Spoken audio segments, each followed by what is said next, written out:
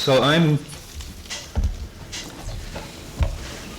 passionately involved in this topic. I'm passionately involved in topics that have to do with apocalyptic, pretty much across the board. And this has been a very disparate panel, and in fact a very disparate conference, because apocalyptic has so many sides that you can come at it from. It's quite extraordinarily interdisciplinary, which makes it get lost kind of easily. We've been talking about other ways in which it gets lost, but it gets lost partly because people over here don't know what people over there are doing. And one of the great wonders of Richard's Center for Millennial Study was that it kept on bringing together people who dealt with China, people who dealt with the 2nd century BC, people who dealt with what was happening right now that was in the news last week. And we began to see that there was a communal knowledge that was in scattered places. And in these conferences, we came together and we experienced the interdisciplinary nature of what was going on. So as I am listening to the best of my ability to the panel today, the thing that ties it together for me, the thing that makes it make such importance for me, the reason that my passion is so engaged, is the seriousness of the matter that we're dealing with. And I think that we are dealing with hope. I think that's a tremendously powerful force.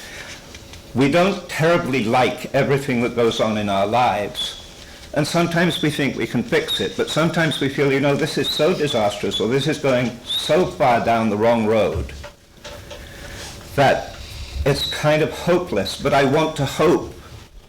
And that's a very, very primal motion within, I'm going to call it the soul, that we want something that is a new world, a better world, a different world from the one that we're seeing immediately in front of us, moment by moment or year by year. And as we are wanting that hope, there is a standard trope or device by which people have handled that over and over and over again, which is to say there's going to be there's something wrong, there's going to be some kind of cleansing, and after the cleansing, everything is going to be perfect, just the way that I would like. And not only is it going to be perfect just the way that I would like, but I'm going to be a buddy of the person who brought all of that about. And that's, if you don't feel as though you're the buddy of any very impressive people at the moment, that's an incredible thing. It's like you're going to get to be kind of the friend of the guy on CNN as well as everything else, as well as having the perfect world, as well as having the distributed justice that will bring you just what you want and also make the proud and mighty tumble in ways that are very satisfactory to you. You're going to have the friendship of the companionship of the people who brought this all about. You're going to be the agent, one of the agents of the will, and if you're religious about this, then of the divine will. And that's an astonishingly strong set of motives once you line them up. So there's the hope, and I'm English, so I'm British, so that hope translated into English by William Blake, who was the person that I think in some ways first brought myself and Richard into conjunction.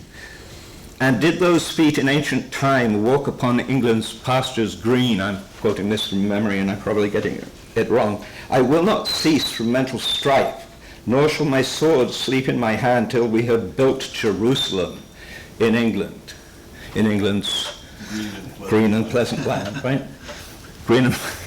I want to say land is here, but it's actually land. So, being British, being poetic by temperament, being a romantic, being easily swayed by metaphor, by dream, by hope, by all of these romantic and in some ways immaterial, invisible things. Those verses mean a lot to me. They're actually kind of poisonous to Orthodox Christianity, and yet you hear them sung with great gusto in churches and in the Albert Hall. There's a very, very powerful, personal, deep in the heart hope going on there. So So if this is very serious, if this is very important, if the hope is very deep, if these things are cropping up everywhere from kind of the Dead Sea Scrolls to yesterday's and today's newspapers, then kind of what happens about this cleansing part? Because that's going to be serious too. Tim has this analogy, which I keep on quoting, where he says that a Mahdist movement is to a jihadist movement as nuclear war is to conventional war. Now, I think it's a bit apples and oranges, but at the same time, by God, it grabs you and it tells you this is a big deal. We should pay attention when it gets Mahdist or apocalyptic. And I kind of, I read that in Tim's book, and I tend to think that, and then I think about the Taiping Rebellion. 20 to 30 million people had to die in the kind of early second half of the 19th century in China. 20 to 30 million people to sort out the Taiping Rebellion. Not a Mahdist, but a messianic movement. I talked about that at a Jamestown conference with Ali Alawi, who was making a presentation.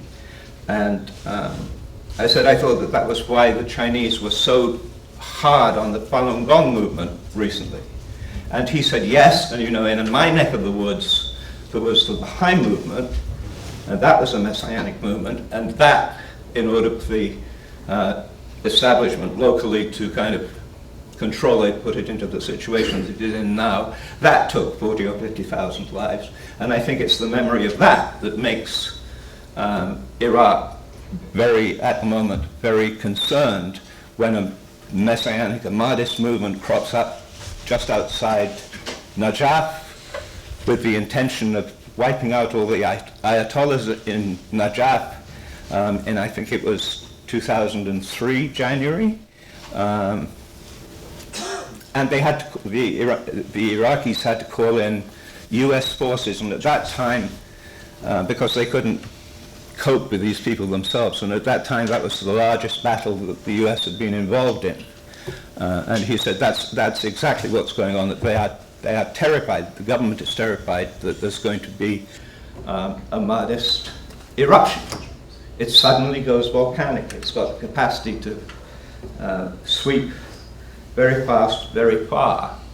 And so I've been kind of slightly teasing Tim about the idea that maybe nuclear weapons is a little bit exaggerated, except that then I remember Dune, where there is a Mahdist movement in Dune, and I can't remember whether it's 60 million planetary systems get infected or something like that. The numbers are huge, the devastation is enormous, and actually that's one of the most prophetic books that we have dealing with jihad, dealing with Mahdism from way back 50 years before now.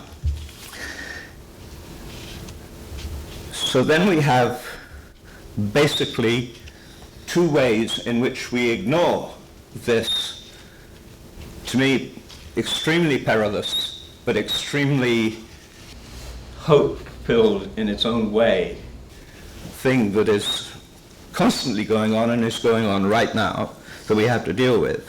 And there is the slow academic appreciation or the slow analytic appreciation of what is going on. Jeffrey talked about the slowness, the reluctance of the analysts. We have a picture of the end of times person walking up and down with a sign that says the end is nigh. And that makes it awfully easy to dismiss anything that sounds like this, or the idea that we should think about it. At the time of Khomeini's revolution, and I can't remember the 1979, at the time of the Khomeini revolution in Iran, I think this Gary Sick was talking, I think he was with the NSC, and he was talking to someone from either CIA or state who said, who thought religion would be important, question mark. Because, well, I mean, it's religion. So it obviously isn't important, so we obviously haven't listened to it. So who's this guy? What's an Ayatollah? Why has he taken over? Why is he popular? There was a technological side to that which had to do with the fact that he was sitting in Paris churning out little cassette tapes which were spreading like wildfire, which were the kind of equivalent of the internet communications of today. But who thought religion would be important? Cole says about Juhayman that there's not much scholarship. Jeffrey talks about people rejecting millennial time. To my mind, kind of 1979 begins the clock in some ways, with Khomeini having his revolution in Iran, with the Russians entering Afghanistan, both of those reasonably well covered, although not for messianic, modest reasons.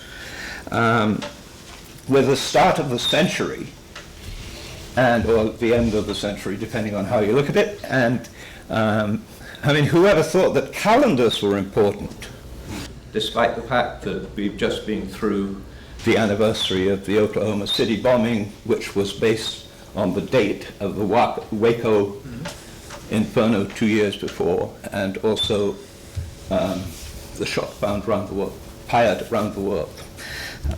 But we don't think of calendars as being important in the sense of motivational factors. So there's, in 79, Khomeini, the Russians in Afghanistan, and the Juhayman business in Mecca, which is the least studied of them, from my point of view, the most interesting of them, all very powerful, and if I can put it this way, massively symbolic. You can look at them, but massively symbolic. It seems to me that there are groups who will respond to this message differently. Salafists, Sufis, I think incredibly important because they are what looks like the more peaceful side of the Islamic response, but as Tim knows and shows, they can be on that side or not. So-called moderate Muslims, which is a concept that I find very difficult to know exactly how you formulate it. Outsiders, which is us. And I don't think that if the Salafists, I don't think that if Makdisi is not going to be listened to, then I don't think that I'm going to be listened to. And there are millennial scholars, which I think have an input into some of the audiences that are important. Among the audiences, there's the punditry, who are kind of hopelessly behind everything. Academia, which is pretty slow, as several people have said. The press, who are important because they convey to the public. And the people who perhaps are most interesting to reach and the most difficult to reach, potential or actual recruits. So that's the CVE version of what's going on. I think that's most of it, except that I would say that Thomas Heckhammer, who's a wonderful scholar, said that after about 10 or 15 years studying the material, visible, practical phenomena, he'd realized that what went on when they weren't being practical, when they were being, if you like, irrational, was very important. Poetry, dreams.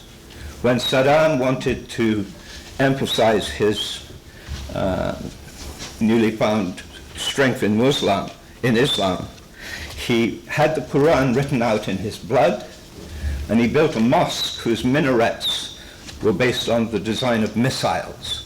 This is symbolic. This is, you don't have to build a mosque like that in order to be a Muslim, but he does because the symbol strikes home. You don't have to use your blood to write the Quran, but the symbol strikes home.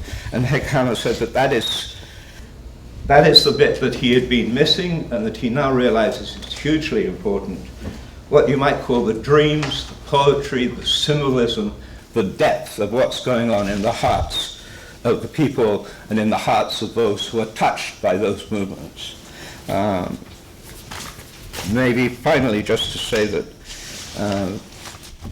Michael Vlachos had a wonderful piece some while back in which he talked about this, and he mentioned in particular bin Laden having dreams, including one I think about some pilots and one about a cricket team, which were kind of evidentiary to him of the rightness of his path towards 9/11. So from my point of view, the invisibles, which is where the hope is touched.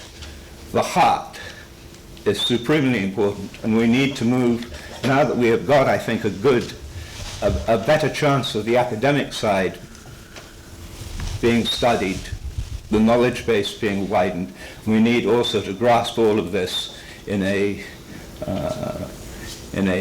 gut-felt, heartfelt, visceral way, so that we understand the passion that underlies it, and therefore the strength and persuasiveness that it possesses. Thank you very much.